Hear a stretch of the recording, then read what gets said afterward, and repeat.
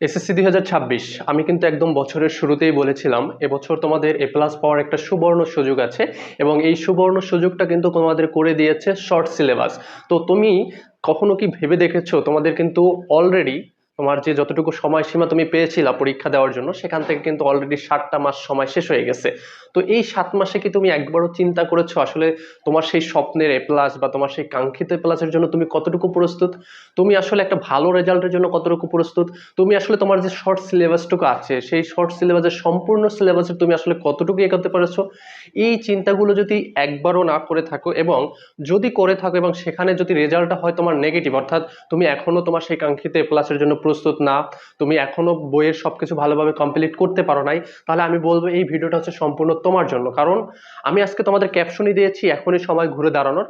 তোমাদের এখনো যে সময়টুকু আছে সেই সময়টুকুতে তুমি যদি ঘুরে দাঁড়াতে পারো তোমার কিন্তু নিজের যে কাঙ্ক্ষিত সেই স্বপ্নের এ প্লাস সেটা কিন্তু অর্জন করতে সক্ষম হবে।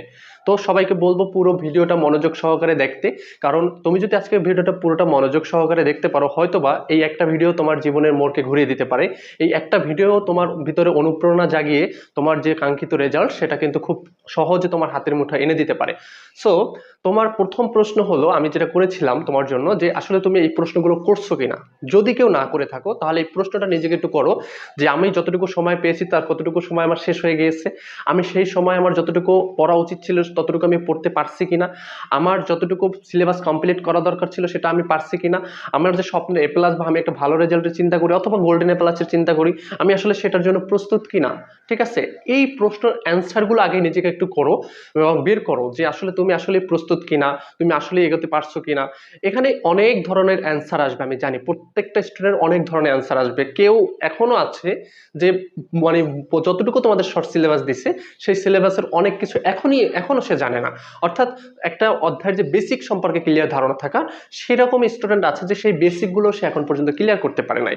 দ্বিতীয়ত একটা স্টেজ আছে কিছু একটু মোটামুটি পারে, অল্প কিছু আগাইছে, ঠিক আছে, মানে পাস করার মতো একটা মোটামুটি মানে অলরেডি তার প্রস্তুতি হয়ে গেছে।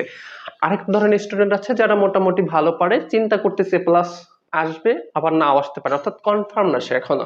আর কিছু স্টুডেন্ট আছে যারা মোটামুটি কনফার্ম, অলরেডি তাদের প্রিপারেশন এতটা জোরালো ভাবে নিয়েছে যে সে চিন্তা করতেছে যে আমার এটাই মাস্ট, আমি পরীক্ষায় এ প্লাস বা গোল্ডেন এ প্লাস রাখতে পারবো। অর্থাৎ এই 4 টাইপের স্টুডেন্ট কিন্তু আমার সম্মুখে এখন তোমরা আছো। তো এই 4 টাইপের স্টুডেন্টের ভিতরে তোমার অবস্থানটা আসলে কোন জায়গায় সেই অবস্থানটা নির্ণয় করো এবং সেই অবস্থানের উপরে ভিত্তি করেই কিন্তু তুমি আজকের কথাগুলো নিজে রিয়েলাইজ করবে। আমি কারণ হচ্ছে আমি 4টা টাইপের স্টুডেন্টের নিয়েই কথা বলবো। এক টাইপের স্টুডেন্ট হচ্ছে যে বই এখন পর্যন্ত ধরে নাই বা ওইভাবে তোমার হচ্ছে প্রত্যেকটা অধ্যায়ের বেসিক বা যতটুকু ক্লিয়ার করা দরকার সেভাবে কিছুই করতে পারেনি, অর্থাৎ পরীক্ষা দিলে যে শর্ট সিলেবাস দিচ্ছে সেখানেও একটা ফেল করার সম্ভাবনা আছে। কারণ তোমাদের আসলে 25-এর রেজাল্ট থেকে শিক্ষা নেওয়া উচিত, কারণ 25-এর রেজাল্টে কিন্তু এবছর হচ্ছে কি দেখা গেছে 6 লক্ষের উপর স্টুডেন্ট ফেল করছে, তাই না? 6 লক্ষ স্টুডেন্ট কিন্তু খুব অল্প পরিমাণ স্টুডেন্ট না, বৃহৎ একটা তোমার হচ্ছে অ্যামাউন্ট বা বৃহৎ একটা সংখ্যা, তাই না?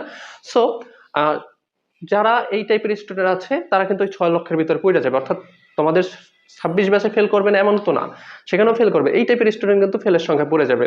তো নিজের অবস্থানটা একটু যাচাই করার চেষ্টা করো। দ্বিতীয়ত হচ্ছে যারা মোটামুটি পড়ছো মানে পাস হবে এতটুকু শিওর, কিন্তু ভালো রেজাল্ট কতটুকু হবে, যেমন এই 25-এর রেজাল্টে 3 পয়েন্ট পাইছে, অনেকেই 2 পয়েন্টও পাইছে। সো এই ক্যাটাগরি আছে একটা। আরেকটা হচ্ছে এ প্লাস নিশ্চিত করতে পারবে কিনা কনফিউশন আছে, আরেকটা এ প্লাস নিশ্চিত, এতটুকু সে কনফিডেন্স নিয়েই পড়াশোনা করতেছে। তো এই 4টা জিনিসের জায়গাটাকে নিজে ফাইন্ড আউট করো যে আমি কোন জায়গায় আছি, তারপরে আমার কথাগুলো নিজের সাথে মিলাই নেবা। দেখো আমি যেটা বলছি যে এখনো যদি ঘুরে দাঁড়ানোর চেষ্টা করো বা এখনই তোমাদের হচ্ছে সময়টা ঘুরে দাঁড়ানো, তুমি যদি ঘুরে দাঁড়াও তাহলে কিন্তু এখনো সম্ভব তোমাদের হচ্ছে কাঙ্ক্ষিত যে একটা রেজাল্ট এ প্লাস বলো বা হচ্ছে গোল্ডেন এ প্লাস বলো বা একটা ভালো রেজাল্ট বলো, এটা কিন্তু এখনো সম্ভব। কারণ আমি তোমাদের একদম বছরের শুরুতে বলছিলাম যে শর্ট সিলেবাসটা তোমাদের এটাকে অনেক আগাই দিতেছে, ঠিক আছে?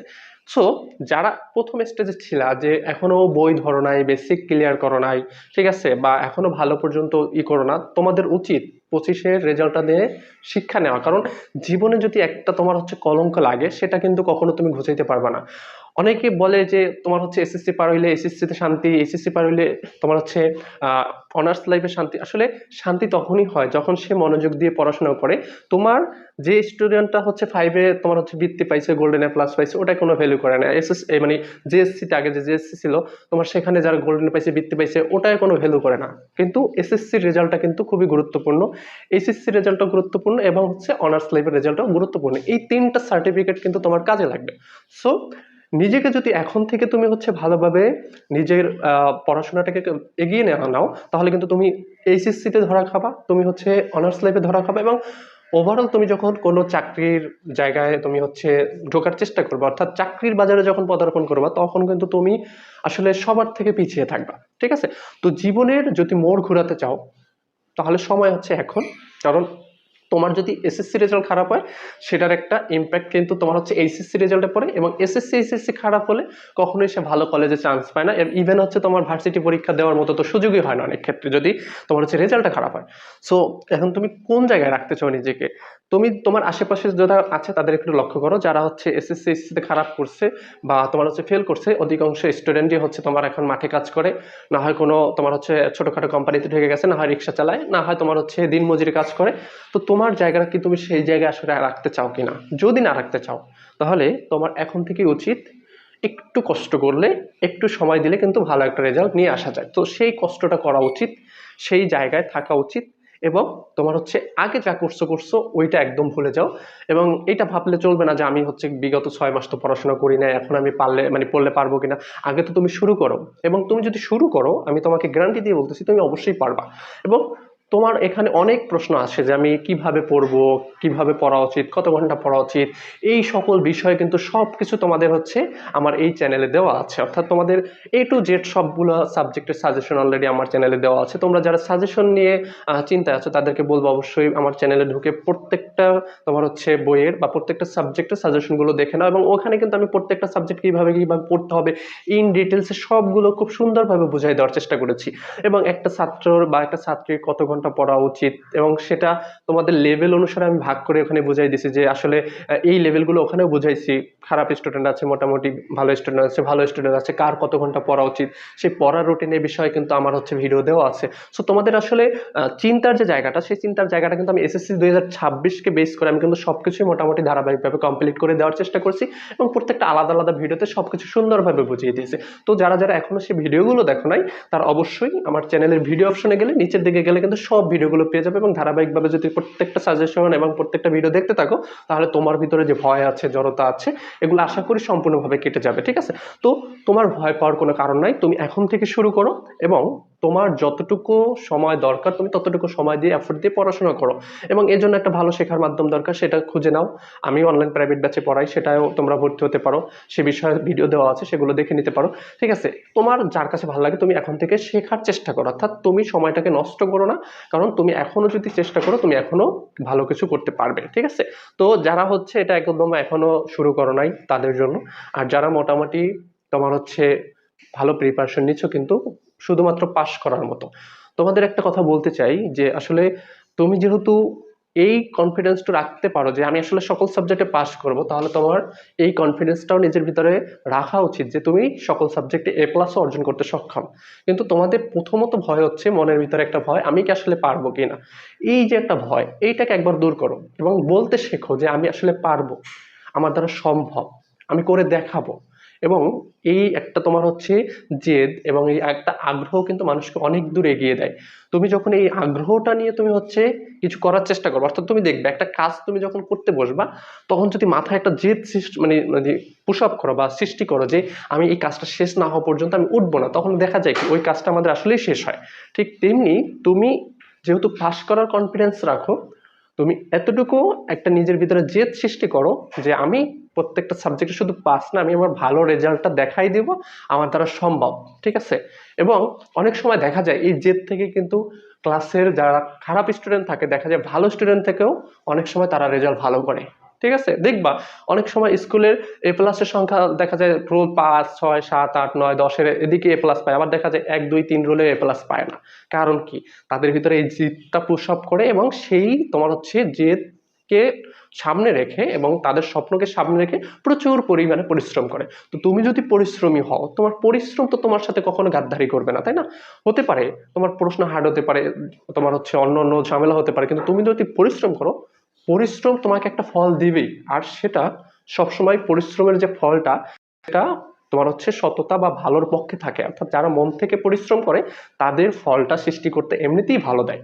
তো তুমি এখন থেকে নিজেকে পরিশ্রমী করে গড়ে তোলার চেষ্টা করো, দেখবা তোমার কনফিডেন্স লেভেলটা এমনিতেই বিল্ড আপ হবে। এবং যখন তুমি দেখবা তোমার বইয়ের অনেক অংশ তুমি কমপ্লিট করতে পেরেছো, তখন নিজের ভিতরে কিন্তু আগ্রহটা, পড়াশোনার প্রতি যে একটা আগ্রহ কাজ করে না মানুষের, এটা কিন্তু সহজে আসতে চায় না।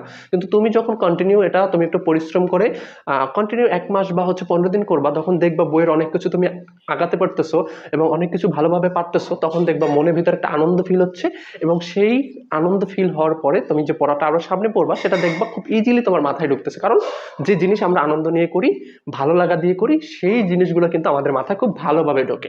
সো তোমাদের যাদের এই সমস্যা যে আমি আসলে পড়ায় মন বসাতে পারতেছি না, আমার তো এই সমস্যা ওই সমস্যা, তুমি একটু কষ্ট করে 15টা দিন তুমি একটু চেষ্টা করো এবং রুটিনের ভিতর দিয়ে যাওয়ার চেষ্টা করো। দেখবা তুমি যখন বই অনেক কিছু পারতেছো, তখন কিন্তু তোমার এই ভালো না লাগার যে বিষয়টা এটা দূর হয়ে যাবে, এবং পড়ার প্রতি যখনই তুমি আনন্দটা খুঁজে পাবা, তখন তোমার কাছে অনেক কিছু সহজ মনে হবে এবং অনেক কিছু তোমার মাথায় এমনিতেই খুব ইজিলি ঢুকে যাবে। ঠিক আছে, এরপরে দেখো, যারা চিন্তায় আছো যে A+ পাবো কি না, ঠিক আছে, এই একটা চিন্তায় পড়েও কিন্তু অনেক সময় দেখা যায় আমরা পড়ায় অনেক দূর পিছিয়ে যাই।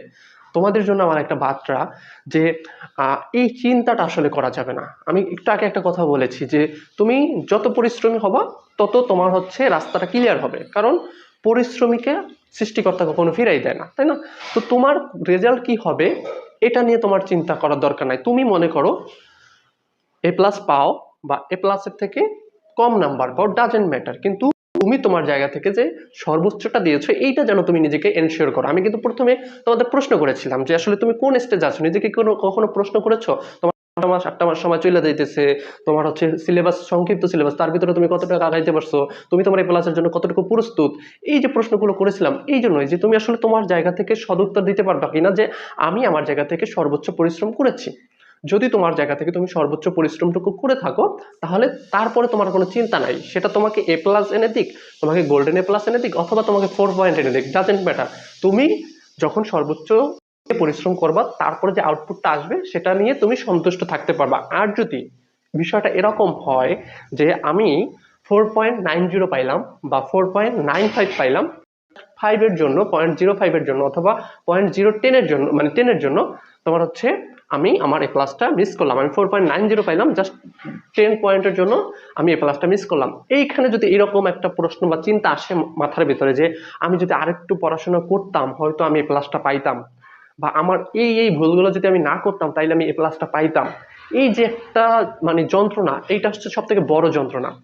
আর যদি মনে করো যে না, আমি আমার সর্বোচ্চ দিয়ে পড়াশোনা করেছি, তারপরে আমার হচ্ছে 4.90 পাইছি, আসলে আমার এখানে কোনো ঘাটতি ছিল না, আমার এখানে কোনো গ্যাপ ছিল না, এটা হয়তো আমার ভাগ্যে ছিল বা সৃষ্টিকর্তা আমার জন্য এটাই বরাদ্দ করে রেখেছিল, তখন আলাদা বিষয়। এই চিন্তাটা আসে তখনই তোমার সর্বোচ্চটা দিয়ে পড়াশোনা করো। আর ওই চিন্তাটা আসে তখন যখন তোমার ভিতরে একটু গ্যাপ থাকে। তো তোমাদের উদ্দেশ্যে আমার বলা যে এই গ্যাপটা যেন কখনো না আসে, আর রেজাল্টের পরে যেন এমন চিন্তা না আসে যে আমি আসলে একটু যদি পড়াশোনা করতাম, আরেকটু যদি পড়াশোনা করতাম, তাহলে হয়তো আমার রেজাল্টটা আরেকটু ভালো হতো। ঠিক আছে, সো এরকম আফসোস জিনিস জীবনে যেন না আসে, সেজন্য তুমি A+ পাবা কিনা ডাজেন্ট ম্যাটার, কিন্তু তুমি তোমার সর্বোচ্চ পরিশ্রমটা দিয়ে পড়াশোনা করো, এবং অবশ্যই সেটা একটু রুটিনের ভিতর দিয়ে চলার চেষ্টা করো। কারণ আমি যেটা শুরুতে বলেছিলাম আরো একটা কথা, যে অনেক ভালো স্টুডেন্ট দেখা যায় পরীক্ষায় কিন্তু ফাইনাল পরীক্ষায় খারাপ রেজাল্ট করে।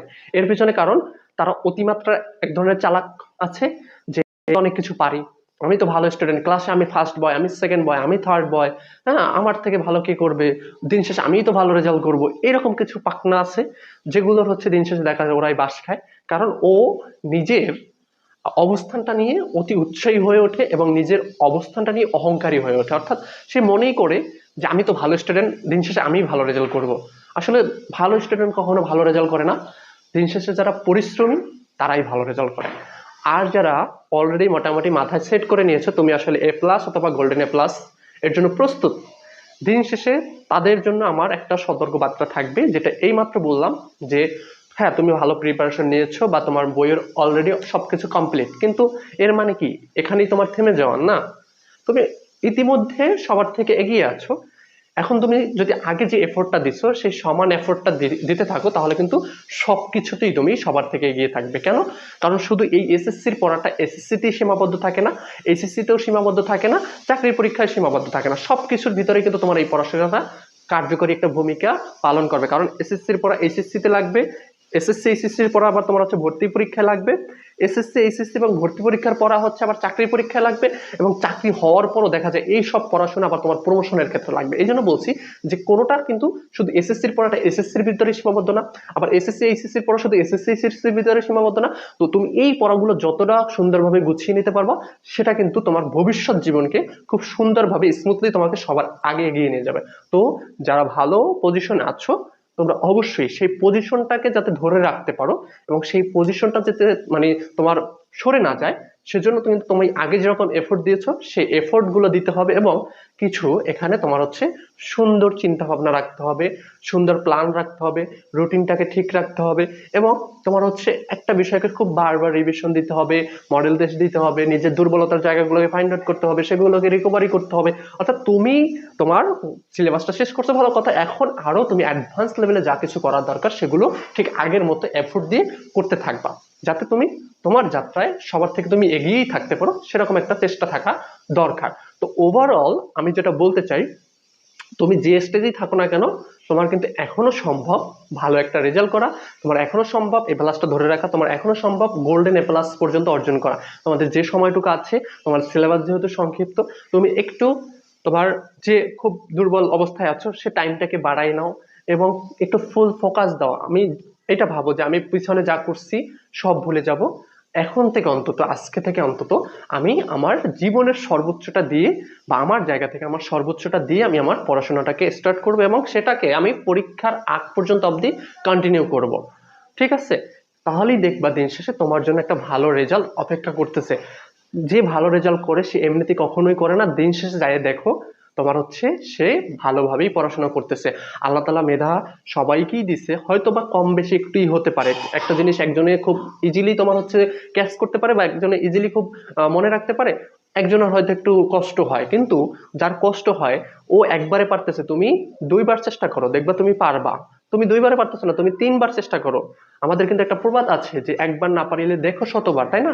এখানে কিন্তু এমনিতেই বলে না, কারণ হচ্ছে কারো হচ্ছে একবার দুইবার দেখলেও হয়, কারো শতবার পর্যন্ত দেখা লাগতে পারে। তো তোমার যদি একটু ক্যাচ করতে বা তোমার বুঝতে বা তোমার ধারণ করতে সময় লাগে, তুমি সেই কষ্টটুকু করো, দেখবা তোমার ওই কষ্টের জন্য, তোমার ওই পরিশ্রমের জন্য সৃষ্টিকর্তা ওই যে যেই ছেলেটার মেধা বেশি বা যে অল্পতে ক্যাচ করে তার ভালো একটা অবস্থানে তোমাকে নিয়ে যেতে পারবে। কারণ আল্লাহ তাআলা তাদের পক্ষেই থাকে যারা সৎ, ন্যায় এবং পরিশ্রমী হয়।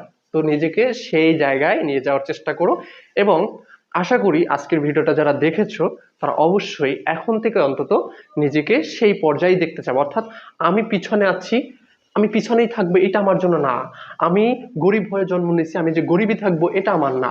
আমি গরিব হয়ে জন্ম নিয়েছি, এটা সৃষ্টিকর্তা আমাকে দিছে, কিন্তু আমি বড়লোক হয়েছি, আমি এটা আমার প্রচেষ্টায় হচ্ছি। হ্যাঁ, আল্লাহ তাআলা আমাদের সহায়তা করবে, কিন্তু আল্লাহ তাআলা এটাও বলছে তুমি চেষ্টা করো, আমি তোমার সাথে আছি। ঠিক আছে? তো আমাদের জায়গায় যেন আমরা প্রত্যেকেই সেই চেষ্টাটা করি, প্রত্যেকেই যেন পরিশ্রমটা করতে জানি, প্রত্যেকেই যেন পরিশ্রমটা করতে শিখি।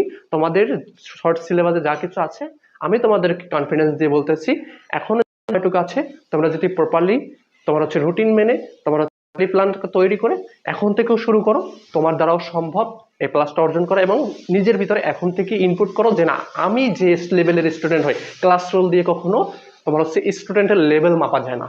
ঠিক আছে? তুমি হতে পারে ক্লাসে একদম শেষ বেঞ্চের একটা ছাত্র, হতে পারে তুমি ক্লাসের একদম পিছনের রোলের একজন ছাত্র, কিন্তু তার মানে যে তুমি পারবা না এটা একটা আমাদের চিন্তাধারা। কিন্তু তুমি ওই চিন্তাধারা থেকে বের হয়ে দেখো তোমার দ্বারাও সম্ভব। ঠিক আছে?